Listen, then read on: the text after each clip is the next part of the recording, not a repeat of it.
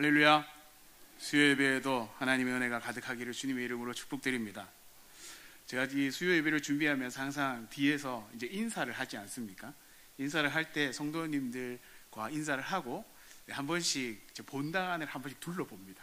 본당 안을 둘러보면 모든 분들이 오셔가지고 하시는 일이 있습니다. 첫 번째, 앉으셔서 기도를 하십니다. 그리고 두 번째는 주보를 펴십니다. 그리고 세 번째는 오늘 말씀이 뭔가를 찾으십니다. 그리고 열심히 말씀을 읽으세요. 그래서 그 모습을 볼 때마다 참 말씀을 들으려고 준비된 분들이 수요 예배에 오시는구나 라는 생각을 하게 됩니다.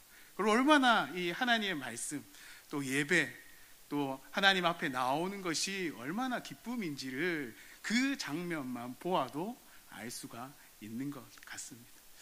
오늘 하나님께서 부르신 이 자리에 하나님의 은혜가 충만하게 임하기를 주님의 이름으로 간절히 축복합니다.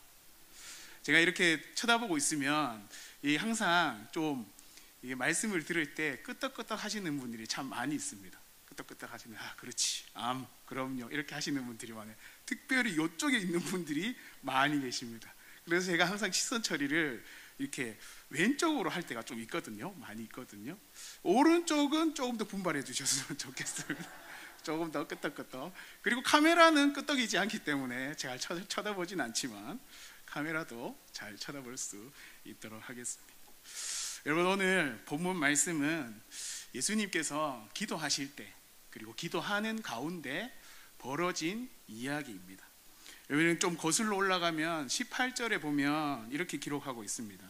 예수께서 따로 기도하실 때에 제자들이 주와 함께 있더니 물어 이르시되 무리가 나를 누구라고 하느냐. 예수님께서 기도하시는 가운데 제자들이 그들과 함께 있었습니다. 그리고 그 가운데에서 예수님께서 제자들에게 물으셨어요.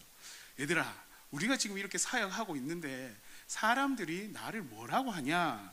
라고 이렇게 물었습니다. 그래서 더러는 세례 요한이라 하기도 하고 더러는 엘리야라 하기도 하고 더러는 옛 선지자 중에 한 사람이 살아났습니다 라고 그렇게 하기도 합니다 라고 말합니다.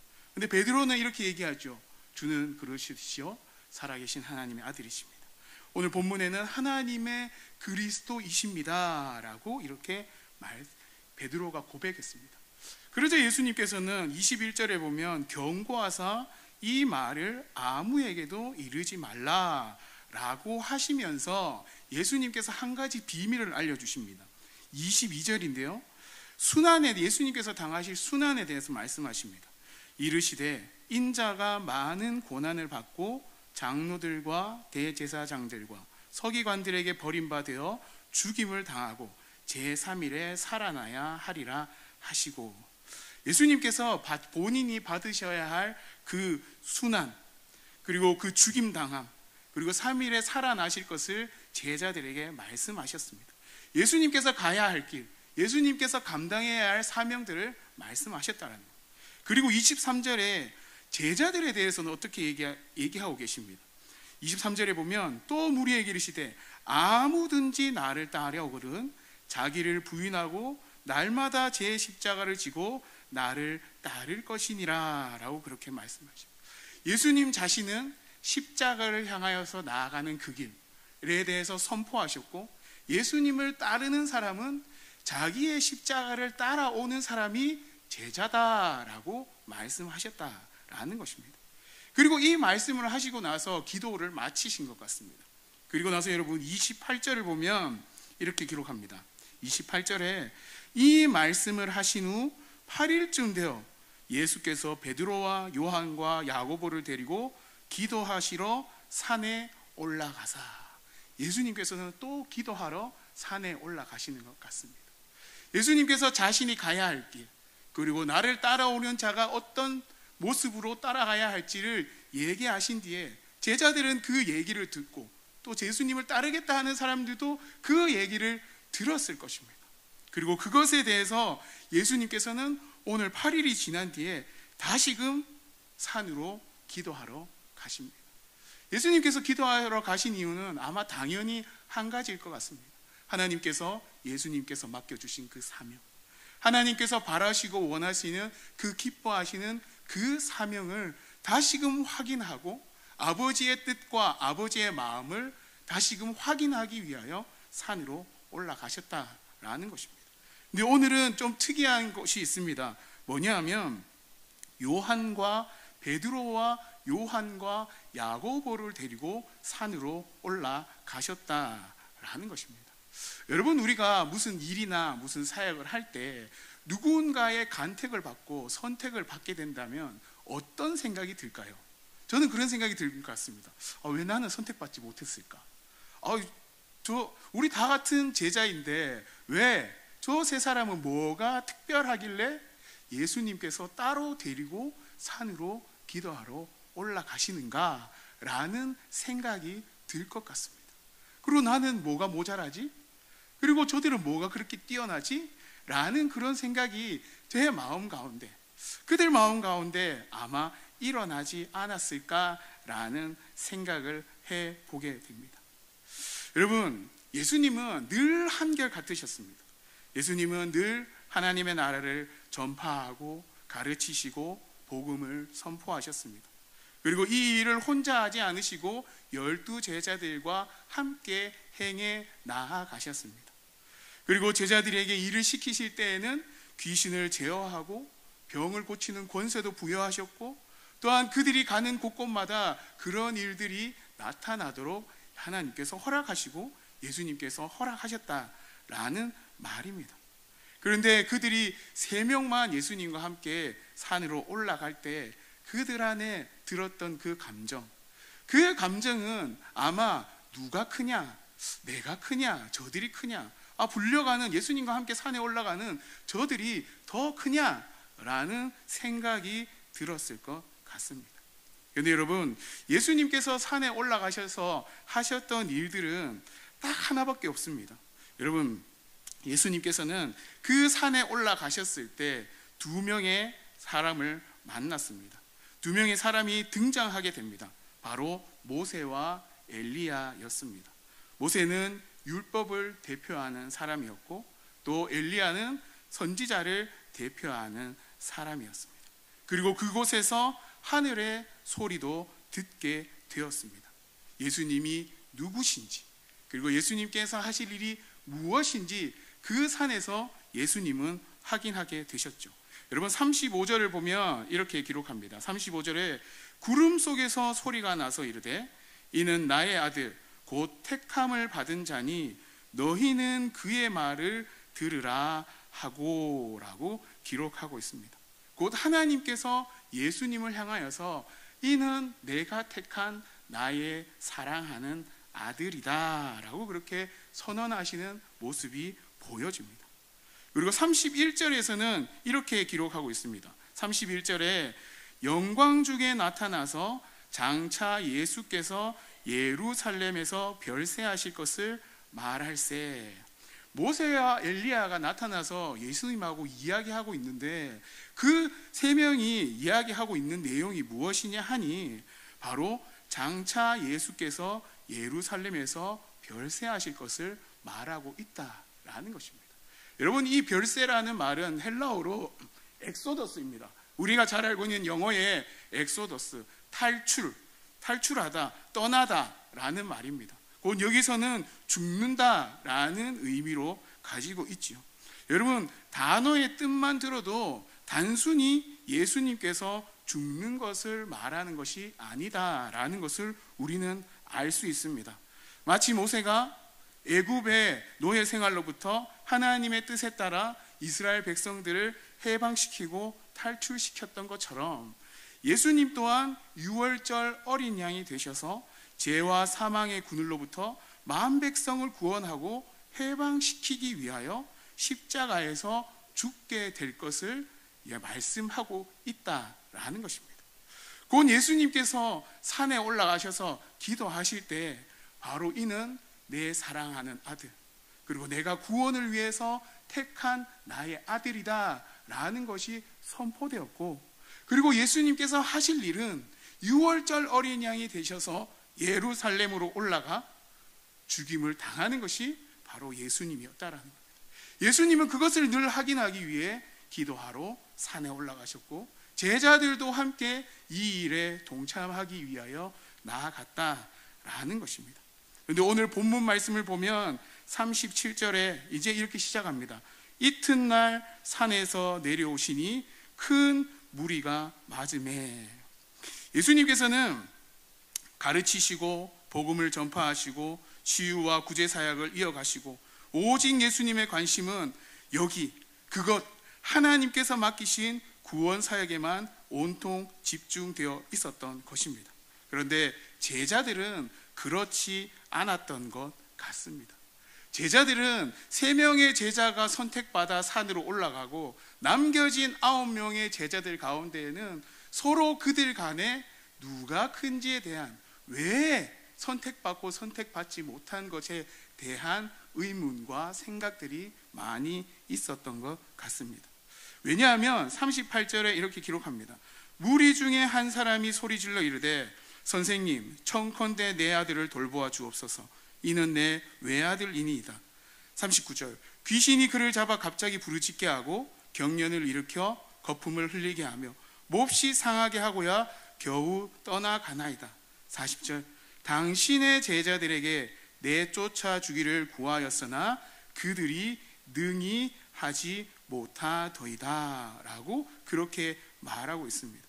여러분, 당신의 제자들에게 내쫓아 주기를 구하였으나 그들이 능히 못하더이다 라는 이 말은 이미 귀신 들린 아들의 아버지는 예수님과 예수님의 제자들은 충분히 이 일을 감당할 수 있을 것이다 라는 믿음을 가지고 있다라는 것입니다.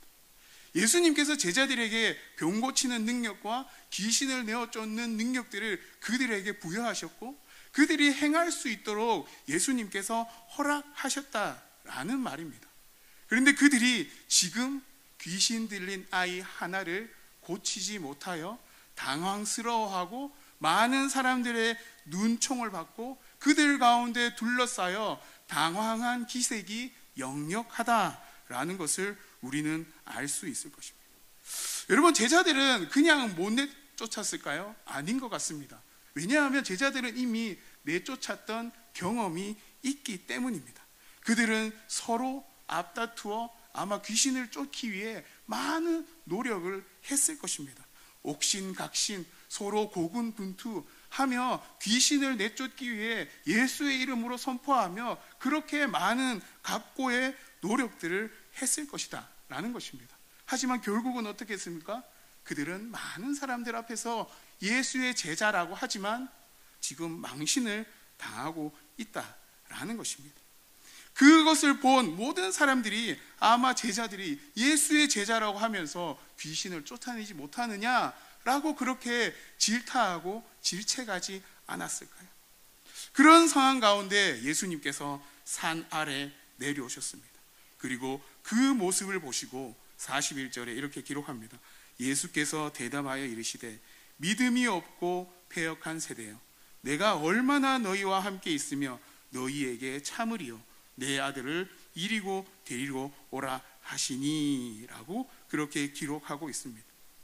아마 이 9명의 제자는 서로 이 귀신 들린 어린 아이를 아마 쫓아내려고 경쟁 아닌 경쟁, 그리고 그들 안에 질투와 함께 그런 경쟁 가운데 쌓여 있었을 것 같습니다. 왜 그렇게 했을까요? 그들은 아마 자기가 더 능력 있는, 자기가 더 예수님께 인정받고 싶은 그런 마음이 들지 않았을까 생각해 보게 됩니다. 귀신을 쫓아내고 병든 자를 치료하고 그런 모든 능력의 근원이 하나님으로부터, 예수님으로부터 부여받았다라는 것, 그 중심이 예수님이다라는 것을 그들이 잠시 잊어버리고 망각하고 있었던 것 같습니다. 사람을 변화시키고 사람을 치유하고 사람을 거듭나게 하고 사람을 온전하게 만드는 능력이 바로 하나님 안에 있고 하나님이 하실 수 있는 일이다라는 것을 그들이 잊어버리고 있었던 것 같습니다. 그래서 우리 표현으로 보면 예수님께서 제자들을 보니 속에 천불이 나신 겁니다. 속에 천불이 나고 답답하고, 왜 너희가 믿음이 없냐? 이 패역한 세대여, 라고 질타하고 계신 것입니다. 여러분, 패역한 세대가 무엇입니까? 온전하지 못하다라는 말입니다. 하나님의 마음에, 예수님의 마음에 하나님께서, 예수님께서 부여하신, 맡기신 그 사명에 이들이 전혀 적합하지 않다라는 것을 예수님께서 말씀하고 있는 것입니다. 곧 믿음과 능력의 근원 되시는 예수님이 그들 안에 없고 자신들 안에 예수님으로 말미암아 어떻게 하면 내가 인정받을 수 있을까? 어떻게 하면 내가 한 자리 차지할 수 있을까? 어떻게 하면 예수님께서 기도하러 산에 가실 때 내가 선택받아 갈 수 있을까라는 그 경쟁심만 그들 안에 가득 있었다라는 것입니다. 그들이 과거에 성공한 경험과 또한 과거에 예수님의 이름으로 해왔던 그 경험들이 그들에게 있었지만, 그리고 그것으로 말미암아 많은 사람들에게 예수님의 제자로 인정받았겠지만, 그것이 자기의 능력이냐, 그것이 자기로부터 나온 능력이냐, 그렇게 착각에 빠지게 된 것이다 라는 것입니다. 여러분, 어찌 보면 예수님께서 이 3명의 제자를 데리고 그리고 9명의 제자를 남겨두신 이유는 아마 그들이 훈련받기 위해서 남겨두지 않았을까라는 생각을 해보게 됩니다. 그들은 망신당하고 그들은 귀신을 내어 쫓지 못함으로 사람들의 조롱과 질타를 받았지만, 오히려 그것으로 말미암아 그들이 무엇이 중심인지, 무엇을 붙잡아야 하는지, 무엇이 그들의 인생 가운데 핵심인지를 예수님께서 가르쳐 주고자 그 자리를 비우신 게 아닌가라는 생각도 해보게 됩니다. 예수님께서 내려오셔서 제자들을 도와주신 것만 보아도 우리는 알 수가 있는 것이죠. 그들이 훈련받고 그들이 제자로서 더 온전히 세워질 수 있도록 예수님께서는 그렇게 하셨다라는 것입니다. 예수님께서 이렇게 내려오셔서 제자들이 훈련받도록, 그리고 제자들의 그 마음에 있는 것들을 밝히 아시고, 그리고 제자들을 도와주시면서 예수님께서 제자들에게 한 가지 알려주십니다. 43절을 보면 사람들이 다 하나님의 위엄에 놀라니라. 다 그 행하시는 모든 일을 놀랍게 여길세 예수께서 제자들에게 이르시되, 44절, 이 말을 너희 귀에 담아두라. 인자가 장차 사람들의 손에 넘겨지리라 하시되, 그들이 이 말씀을 알지 못하니 이는 그들로 깨닫지 못하게 숨긴 바 되었습니다. 또 그들은 이 말씀을 묻기도 두려워하더라. 여러분, 예수님께서 처음 산에 기도하러 가셨을 때 제자들에게 말씀하셨습니다. 내가 예루살렘으로 올라가서 죽은 뒤에 3일 만에 다시 살아날 것이다 라고 말씀하셨다라는 것입니다. 그리고 너희는 내 제자가 되려면 너희의 진 자기 십자가를 지고 나를 따라와야 된다라고 이미 말씀하셨단 말이에요. 그런데 예수님께서 다시 기도하러 올라가신 그때에 일어나신 이 사건을 두고 예수님께서 제자들에게 다시 말씀하고 계시는 것입니다. 이 말을 너희 귀에 담아두라. 인자가 장차 사람들의 손에 넘겨지리라. 예수님께서는 다시 자신이 감당해야 할 그 고난, 그 순환, 그 십자가에 대해서 다시금 말씀해 주고 있는 것입니다.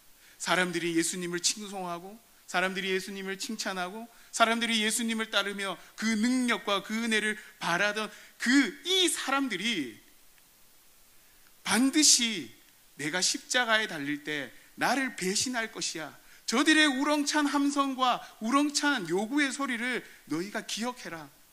내가 십자가에 달릴 때 이들은 나를 십자가에 매 달으라고 배신하게 될 것이야 라고 제자들에게 알려주고 계시는 듯 합니다. 너희 이 말을 너희 귀에 담아두라. 인자가 장차 사람들의 손에 넘겨지리라.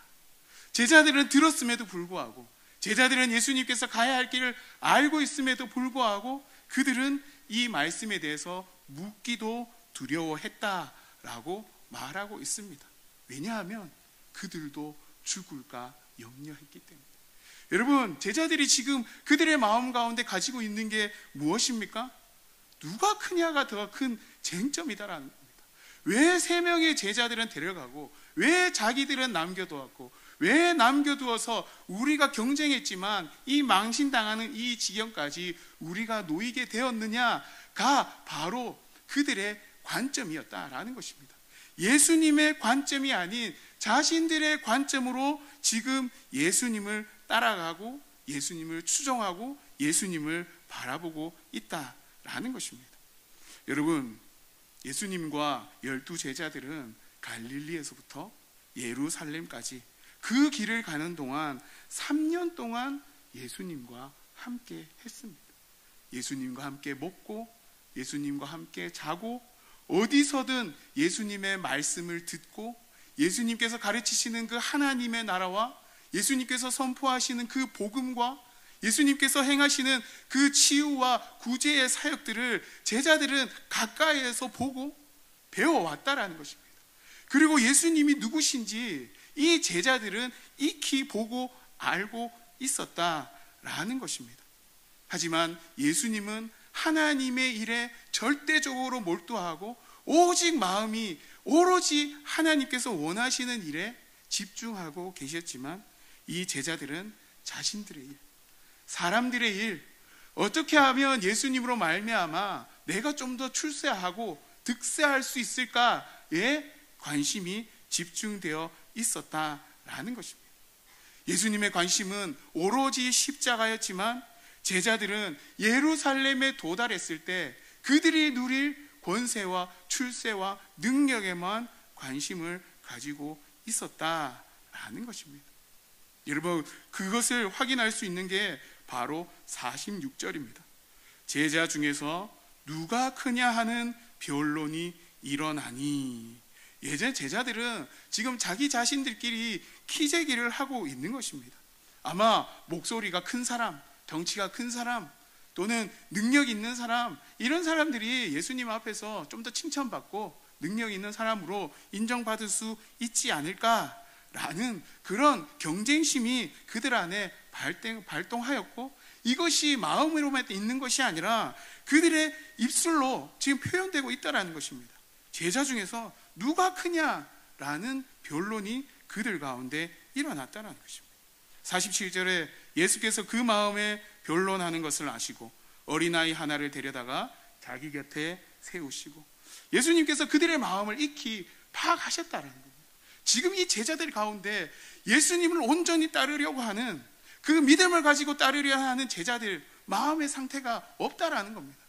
또한 패역한 마음, 세상의 권리와 세상의 지위와 세상의 명예와 세상의 출세, 그곳에 마음이 온통 집중되어 있어서 예수님을 따르는 것이 누가 크냐라는 변론에 이를 만큼 지금 상황이 악화되었다라는 것을 말하고 계십니다. 그런데 예수님께서 무엇이라 말씀하십니까? 어린아이 하나를 데려다가 자기 곁에 세우시고 라고 말씀합니다. 여러분, 마가복음 9장 36절에는 동일하게 기록합니다. 어린아이 하나를 데려다가 그들 가운데 세우시고 안으시며 제자들에게 이르시되. 여러분, 어른들 앞에, 그 많은 수많은 무리들 앞에 서 있는 그 어린아이 한 명, 그 어린아이에게 얼마나 지위가 있고 명예가 있고 권위가 있겠습니까? 무슨 잘난 것이 그 아이에게 있겠습니까? 무슨 경쟁심이 있고 무슨 질투함이 그 아이에게 있겠습니까? 어떤 출세를 원하고 어떤 인기를 얻고 어떤 명예를 갖고자 하는 마음이 그 아이에게 있겠습니까? 여러분, 어린아이는 어른을 의지할 수밖에 없습니다.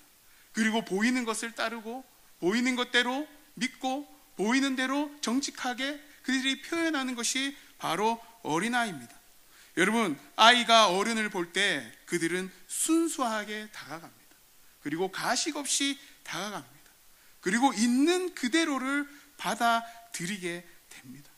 그래서 예수님께서 그 아이를 데리고 오셔서 곁에 세우시고 안으실 때 이 아이는 거부감 없이 예수님께 나아갈 수 있었던 것입니다. 그 말로 하면 그냥 온전히 무장해제 되었다라는 것입니다. 여러분 손주들 있으시잖아요. 여러분 손주들 안으실 때 생각해 보시면 됩니다. 아무리 조금이 어린아이라고 귀엽다고 안아 올리려 하면 손만 대려 해도 싫고 무섭고 두려우면 울고불고 난리가 납니다. 그런데 할머니에게 와서 안기고 할아버지에게 와서 안기는 이유는 무엇입니까? 무한한 신뢰 때문입니다. 가식 없는 그 사랑, 가식 없이 바라보는 그 순수함, 그 있는 그대로의 사랑을 받아들이는 그 손주기 때문에 할머니, 할아버지가 왔을 때 안아주고 태워주고 할 때 울지 않고 잘 받아들이는 것입니다. 여러분, 이 어린아이 하나같이 이 어린아이를 영접하는 것, 이 어린아이와 같이 되는 것이 바로 예수님의 제자가 되는 것과 같다라고 말씀하고 있는 것입니다. 이렇게 어린아이처럼 예수님과 함께 서 있고 예수님의 그 사랑을 온전히 받을 수 있는 가식 없는 사람, 그 사람이 바로 예수님이 찾으시는 제자다라고 말씀하고 있는 것입니다. 여러분, 또 예수님을 영접한다라고 이렇게 말하고 있습니다. 어린아이를 영접하면 곧 나를 영접함이다 라고 말씀합니다. 여러분, 예수님께서 제자들을 보내실 때 70명의 제자들을 세우셔서 보내실 때 예수님께서 당부하신 것이 있습니다. 그 어느 것도 가지지 말고 어느 집에 도착했을 때 그 집에 평안을 빌라라고 말씀하셨습니다. 그리고 그 집이 그들을 영접할 때에 그곳에서 먹고 마시고 떠날 때까지 거하라 말씀하셨습니다. 여러분, 영접한다라는 것은 어떤 의미입니까? 귀한 손님을 맞아들인다라는 것입니다. 오신 분에게 권위를 드리고 그 권위에 맞게 대접하고 섬긴다라는 것을 말씀하고 있는 것입니다. 여러분, 어린아이를 영접한다라는 것은 어떤 의미일까요? 이 아이의 쉽게 말해서 의식주, 그 아이에게 필요한 것, 그 아이에게 도움이 될 만한 것, 그 아이에게 있어야 할 모든 것들을 내가 내어주고 섬기고 따르겠다라는 의미를 가지고 있습니다. 곧 이 아이를 섬기는, 영접하는 그 마음을 가진다라면 너희가 나를 영접할 수 있다라는 것은, 나를 영접하는 것은 너희가 온전히 내가 가는 그 길, 나에게 권위를 부여하고 그 권위에 맞게 나를 섬기고 나를 따르는 것, 그것이 바로 제자의 모습이다 라고 말씀하고 있는 것입니다. 여러분, 제자들의 문제점은 무엇이었습니까? 제자들의 문제점은 예수님을 따르고 예수님을 섬기고 예수님과 함께 그 길을 걸어가지만 그들 안에 예수님과 자신의 자아 가운데 저울질하고 있었다라는 것입니다. 예수님만 바라보는 것이 아니라 나의 인생의 평안과 내가 누려야 할 권세와 내가 얻을 만한 출세, 이것을 가지고 예수님과 저울질하고 있었다라는 것입니다. 어린아이와 같은 그런 순수함이 아니라, 어린아이와 같은 그런 가식적인 모습이 없는 것이 아니라 그들 안에 예수님을 두고 계속적으로 저울질하는 것을 반복하고 있었다라는 것입니다. 자기에게 유리한 것만 선택하고 자기에게 유리하지 않은 것은 선택하지 않는 그런 연약한 모습이 제자들 가운데 있었다라는 것입니다. 여러분, 이 제자들의 모습이 혹 우리의 모습은 아닌가 생각해 보게 됩니다. 나조차도 예수님을 따른다라고 얘기하지만 당장의 편안과 당장의 아쉬움과 여러 가지 것들을 생각하고 반응하는 모습을 볼 때 이 제자들과 무엇이 다른가라는 반성을 해보게 됩니다. 예수님께서 우리에게 요구하시는 것, 예수님께서 큰 자라고 여겨주시는 자는 그럼에도 불구하고 예수님께 나의 인생의 모든 주권을 내어드리고 예수님을 따르기로 결정하며 예수님의 말씀에 순종하며 예수님께서 가셨던 그 길, 그 십자가의 길, 나에게 부여하신 그 십자가를 나도 지고 가겠습니다라는 그 순종의 모습, 그 순종의 모습이 우리에게 있을 때 예수님께서 너 정말 큰 자다, 너 정말 칭찬받을 만한 자다라고 인정해 주신다라는 것, 그것을 기억하시고 우리의 남은 인생 가운데, 우리의 살아갈 그 삶의 현장 가운데 오직 예수님으로만 살아가실 수 있는 저와 우리 모든 성도님들 될 수 있기를 주님의 이름으로 간절히 축복합니다. 기도하도록 하겠습니다. 사랑의 하나님, 감사합니다. 하나님, 이 제자들의 어리석고 이 못난 모습을 가감없이 우리에게 보여주셔서 감사합니다. 하나님, 예수님은 따르는 이 제자들, 예수님을 따른다 하고 예수님으로부터 권세와 능력을 부여받았음에도 불구하고 경쟁심과 이기심과 질투심과 또한 자기들의 출세의 목적을 가지고 그것을 저울질하는 이 제자들의 모습 가운데 하나님, 우리의 모습은 있지 않는지 돌아보게 되고 반성하게 됩니다. 하나님, 우리가 예수님을 나의 그리스도로, 내 인생의 주인으로 모셔드리고 우리가 구원받은 자로, 제자로 살아갈 때 오직 예수님의 뜻을 이루기 위하여 우리에게 맡겨준 나의 십자가를 지고 하나님께서 인정하는, 너 참 잘했다 인정하는, 칭찬받는 그리스도인으로, 그리고 하나님 나라의 백성으로 살아갈 수 있는 저희들이 될 수 있도록 주님 도와주시고 인도하여 주시옵소서. 하나님, 그러한 삶을 위해서 하나님, 내가 나 자신을 부인하는 것이 쉽진 않지만 하나님, 그것을 위하여 늘 말씀에 가까이 나아가게 하시고 늘 기도의 자리에 나아가게 하시고 늘 삶의 현장에서 예수 그리스도의 이름으로 살아갈 수 있는 저희들이 될 수 있도록 주님 도와주시고 인도하여 주시옵소서. 감사드리며 예수님의 이름으로 기도합나이다. 아멘. 찬송가 452장입니다.